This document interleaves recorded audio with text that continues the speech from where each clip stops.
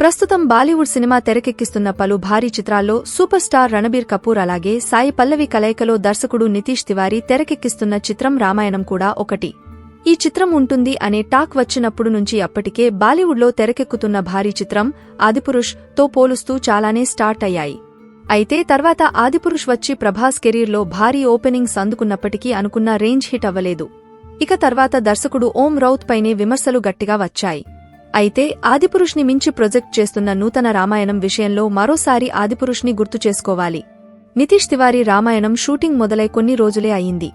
కానీ ఈ లోపలే ఊహించని విధంగా హీరోయిన్స్ ఫోటోలు అది కూడా సెట్స్ నుంచే బయటకి వచ్చేశాయి. కానీ ఆదిపురుష్ విషయంలో మాత్రం సినిమా స్టార్ట్ అయ్యి రిలీజ్ అయిన వరకు కూడా మేకర్స్ అధికారికంగా వదిలిన ఫోటోలు తప్ప షూటింగ్ స్పాట్ నుంచి అసలు లీక్ అయిన దాఖలాలు కూడా లేవు. ఇలా సినిమాని జాగ్రత్తగా కాపాడుకోవడం విషయంలో మాత్రం ఓం రౌత్ గ్రేట్ అనే చెప్పాలి. కాకపోతే ఏమిటంటే ఆ తీసిన సినిమా ఏదో హిట్ కూడా అయ్యేలా ప్లాన్ చేసి ఉంటే కనీసం ఫ్యాన్స్ ఆగ్రహం నుంచి అయినా తప్పించుకునేవాడు.